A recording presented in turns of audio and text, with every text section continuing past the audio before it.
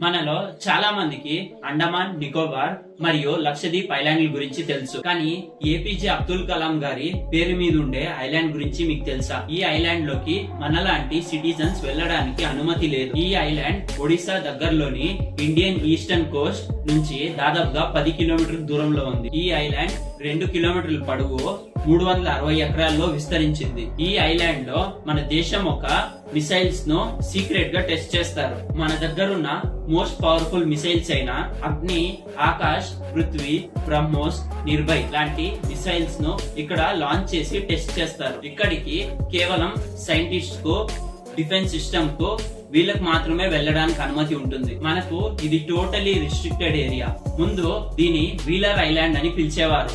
తర్వాత missile man అని పిలువబడే డాక్టర్ ఏపీజే అబ్దుల్ కలాం గారి కృషికి గాను 2015లో ఈ ఐలాండ్ కి అబ్దుల్ కలాం ఐలాండ్ అని మళ్ళీ నామకరణం చేశారు. ఈ ఐలాండ్ ఉండేది మాత్రం ఇండియా బయట. కానీ ఈ ఐలాండ్ ఒక సహాయం వల్ల టెర్రరిజం కు ఇల్లు అయిన పాకిస్తాన్ ను, జిత్తులు మారి నక్క అయిన చైనాను సైలెంట్ గా ఉంచగలుగుతున్నాం. ఓవరాల్ గా ఈ ఐలాండ్ గురించి మీరేమనుకుంటున్నారా కమెంట్ చేయండి. షార్ట్ నచ్చితే లైక్ చేసి ఫ్రెండ్స్ అండ్ ఫ్యామిలీకు షేర్ చేయండి.